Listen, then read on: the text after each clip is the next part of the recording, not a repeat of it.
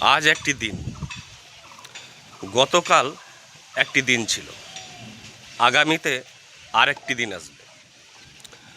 পুরনো সরকার যাবে, নতুন সরকার আসবে। পুরনো বছর যাবে, নতুন বছর আসবে।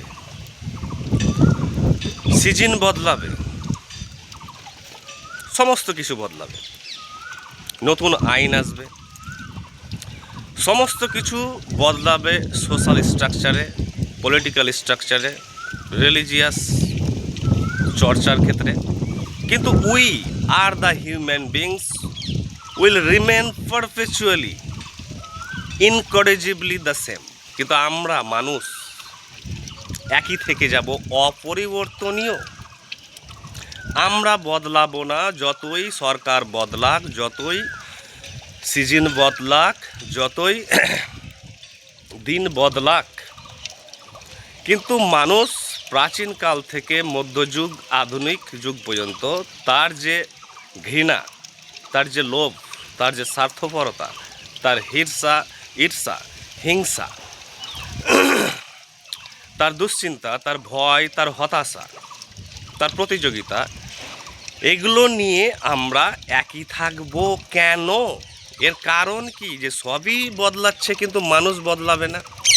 এত কোচিং সেন্টার, এত টিউশন, এত কলেজ, এত প্রাইভেট এডুকেশন সেক্টর, এত ডিজিটাল প্ল্যাটফর্মে এত ইনফরমেশন, এত বুকস, ওয়ার্ল্ডের সারা বুকস এখন ডিজিটালি অ্যাভেলেবেল।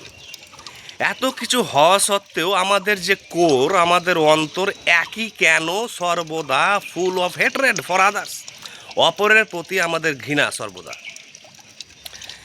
এর কারণ কি? এর মুখ্য কারণ হলো আমাদের শৈশব থেকে, since hour childhood, since our birth, even জন্ম থেকে আমাদেরকে কয়েকটি মাধ্যমে শেখানো হয়। প্রথম হচ্ছে বাবা মা, পরিবার, তারপরে টিচার্স, তারপরে গুরু, পলিটিক্যাল লিডারশিপ, তারপর মিডিয়া পার্সন, তারপরে ধর্মীয় প্রচারক থেকে শুরু করে হাজারো এজেন্সিরা আসেন। আমাদেরকে যা শেখানো হয় তা হচ্ছে তোমার ধর্ম সবচেয়ে বেস্ট, এটি শেখানো হয়। সবই উগ্রতা শেখানো হয়, আর সবই অহংকার শেখানো হয় এবং ঘৃণা।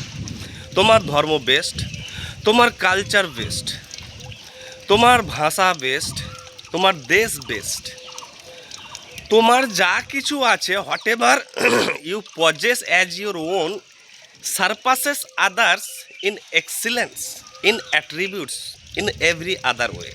সমস্ত কিছু দিক দিয়ে তোমার সমস্ত কিছু বেস্ট। যখন আমাকে এই বেস্ট জিনিসগুলো শেখানো হয়, তখন আমরা ডিগ্রিতে জানি যে বেস্ট শব্দটি ব্যবহার হয় অপরের থেকে সবচেয়ে ভালো।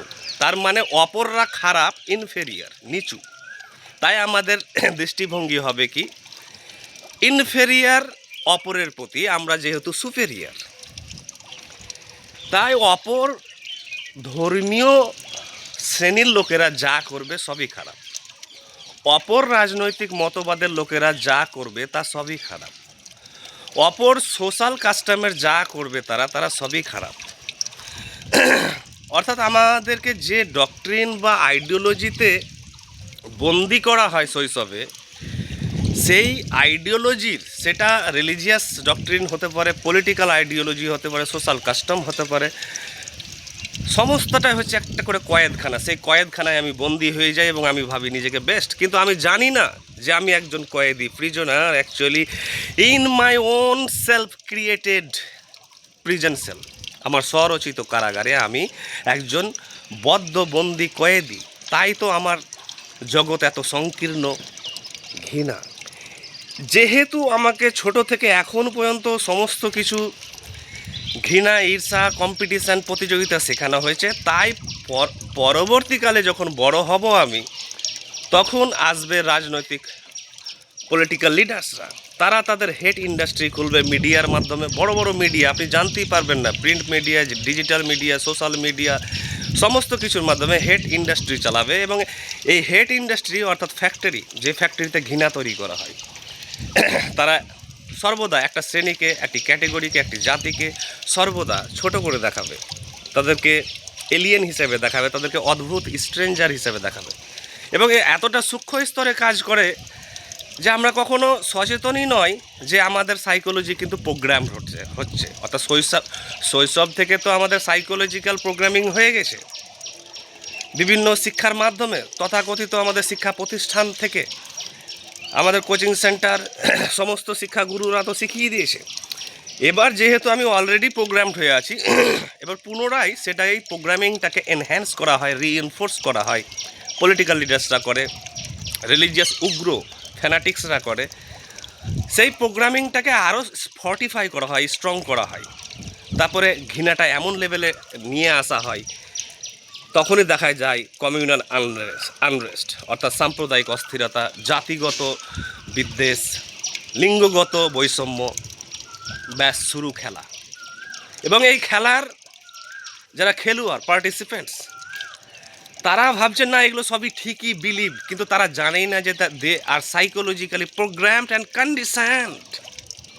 এই প্রোগ্রামিংকে, এই কন্ডিশনিংকে কে ভাঙতে পারবে? যে প্রচণ্ড পড়াশোনা করবে, ওয়ার্ল্ড ফিলোজফি থেকে পলিটিক্যাল থটস যারা পড়ে, থিওরি পড়ে, যারা মেডিটেশন করে, যারা ডিপে যায়, গভীর থেকে গভীর রহস্যে পৌঁছায়, তারাই একমাত্র এই প্রোগ্রামিংকে ভাঙতে পারে, দিয়ে ডিপ্রোগ্রাম করে, ডিকন্ডিশন করে, তারপরে তারা সুস্থ মানুষে পরিণত হয়। বাকিগুলো ছিল সব অসুস্থ মানসিকভাবে, সাইকোলজিক্যালি সব ছিল রেসলেস, মনস্তাত্ত্বিকভাবে অস্থির। কিন্তু যেদিন মানুষ এই প্রোগ্রামিংটাকে ভাঙতে পারবে, বাউন্ডারিটাকে, প্রিজেন্টটাকে, কারাগারকে ভাঙতে পারবে, সেদিন সে প্রকৃত সুস্থ স্বাভাবিক মানুষ হলো, যার মনে এবার থেকে কোনো ঘৃণা নেই, ঈর্ষা নেই, জাতিগত বিদ্বেষ নেই। সে একজন সুস্থ মানুষ। এই সুস্থ মানুষের সংখ্যা মাত্র সমাজে 1%, আর 99% মানুষই হচ্ছে সাইকোলজিক্যালি, রিলিজিয়াসলি, পলিটিক্যালি, সোশ্যালি হচ্ছে প্রোগ্রাম, কিডন্যাপ।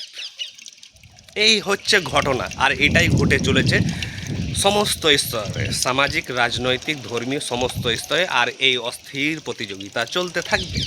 এই হচ্ছে ব্যাপার, যে আমরা মানুষ বদলাবো না, কিন্তু সব বদল হবে। আমরা সবাইকে বদলাবার চেষ্টা করব, যারা বামপন্থী, ডানপন্থী, কমিউনিস্ট, সেকুলার, যে কোনো তন্ত্রের লোককে আমরা বদলাবার চেষ্টা করব, সরকার বদলাবার চেষ্টা করব, কিন্তু আমরা মানুষকে, নিজেদেরকে কোনোদিনই বদলাবো না। সবাই সবাইকে বদলাতে ব্যস্ত, কিন্তু কেউ নিজেকে বদলাবে না, তাই এই সমাজ কোনোদিনই বদলাবে না। Thank you.